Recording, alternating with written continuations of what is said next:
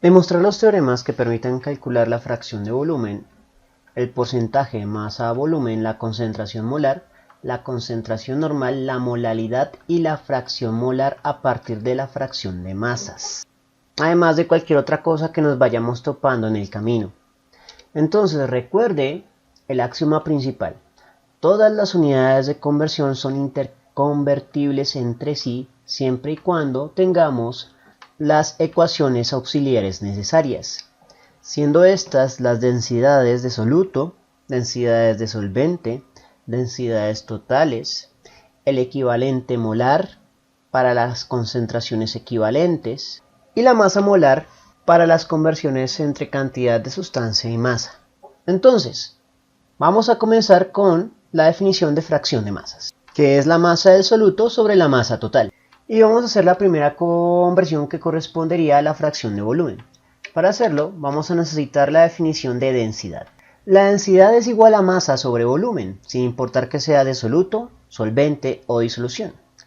En este caso, podemos despejar la masa pasando el volumen a multiplicar. Eso quiere decir que podemos reemplazar las masas correspondientes por las densidades correspondientes.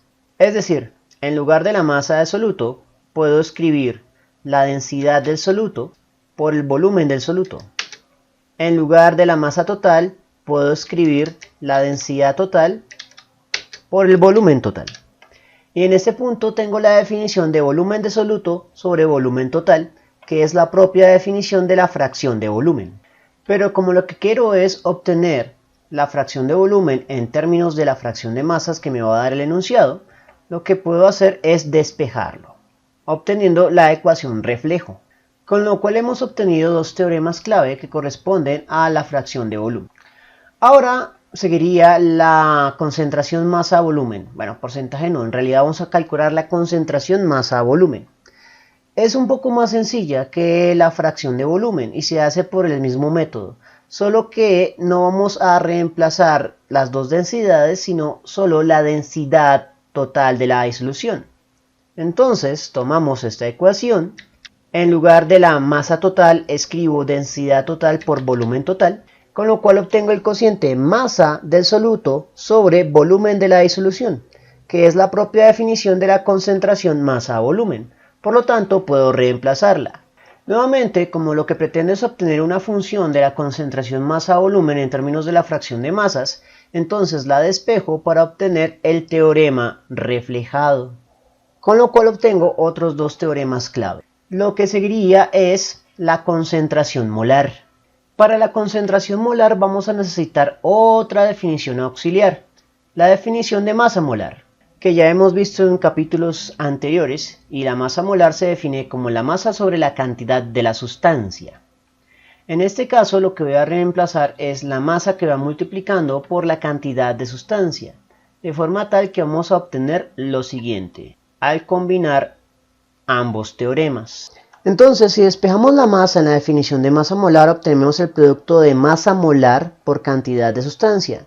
Eso quiere decir que en el teorema que llevamos para la fracción de masas podemos reemplazar la masa del soluto por el producto masa molar del soluto por cantidad de sustancia del soluto, con lo cual aparece el término cantidad de sustancia del soluto sobre volumen de la solución, que es la propia definición de la concentración molar. Nuevamente, despejo la concentración molar para obtener la fórmula reflejada. Continuaríamos con la concentración normal o equivalente, y para esto vamos a introducir un concepto denominado equivalente molar, que lo calculamos con el número de equivalentes de soluto, tal como vimos en la sección de la concentración equivalente, sobre la cantidad de sustancia involucrada.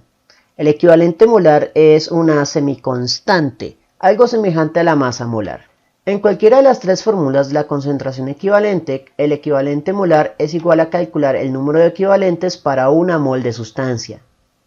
Establecido esto, podemos despejar cantidad de sustancia, con lo cual obtenemos que la cantidad de sustancia es igual al número de equivalentes sobre el equivalente molar, lo cual nos permite nuevamente combinar dos teoremas. En este caso, reemplazo cantidad de sustancia por el cociente número de equivalentes sobre equivalente molar. En este caso obtengo el cociente número de equivalentes del soluto sobre volumen de la disolución, que es la definición de la concentración equivalente o concentración normal. Y nuevamente despejamos la concentración normal en términos de la fracción de masas, con lo cual obtenemos otros dos teoremas clave. Adicionalmente, un teorema importante que debemos determinar es la relación entre concentración equivalente y concentración molar. Observe que la concentración molar equivale a estos tres términos que están presentes en la concentración equivalente. Por lo tanto, podemos igualar ambas expresiones, combinarlas. Y dado que estos tres términos son la definición de concentración molar, podemos hacer el reemplazo. De esta manera podemos decir que la concentración equivalente o normal es igual a la concentración molar multiplicado por el término denominado equivalente molar. Con lo cual ya hemos hecho todas las conversiones posibles mediante este tallo de razonamientos. Observe que todos estos han venido encadenados como si fueran un mismo árbol genealógico, pero las últimas dos unidades de concentración no cumplen eso. Ellas deben obtenerse por una ruta un poco diferente. Vamos a comenzar con la molalidad. Entonces definimos la molalidad como la cantidad de sustancia del soluto sobre la masa del solvente. Lo primero que voy a hacer es expresar la masa del solvente en términos de la masa total y la masa del soluto, aplicando la ley de la conservación de la masa. En este caso la masa del solvente es la masa total menos la masa del soluto. Ahora reemplazamos cantidad de sustancia por el cociente masa sobre masa molar del soluto. En el siguiente paso, dividimos arriba y abajo entre la masa del soluto. Entonces, esto se convierte en un 1. Masa total queda dividida entre la masa del soluto y esto se convierte en 1 por un factor común. Con lo cual obtenemos el cociente que corresponde a masa del soluto y masa total, que en este caso está inverso pero seguiría siendo la fracción de masas. Lo único que quedaría es despejar para obtener la ecuación inversa. En esa ecuación pasamos todo este término a multiplicar, resolvemos este factor común, pasamos este término a sumar, paso la fracción de masas a multiplicar y este término a dividir, y divido arriba y abajo por el producto concentración molar por masa molar del soluto. Por lo tanto, esto se convierte en un 1. Este queda dividido entre ese producto y esto se convierte en un 1. Y expreso la ecuación de manera elegante. Con lo cual obtengo los dos teoremas que corresponden a la relación entre molalidad y fracción de masas. Los últimos dos teoremas corresponden a la fracción molar. Entonces, primer paso, lo que voy a hacer es aplicar la ley de la conservación. En este caso, diciendo que la cantidad de sustancia total es igual a la cantidad de sustancia del soluto más la cantidad de sustancia del solvente. Posteriormente, divido arriba y abajo entre la cantidad de sustancia del soluto. Ahora, reemplazo ambas cantidades de sustancia por los cocientes masa sobre masa molar. Entonces, para el primero, masa del solvente multiplicando masa molar del solvente dividiendo relativamente. Cantidad de sustancia del soluto dividiendo su masa molar quedaría multiplicando relativamente.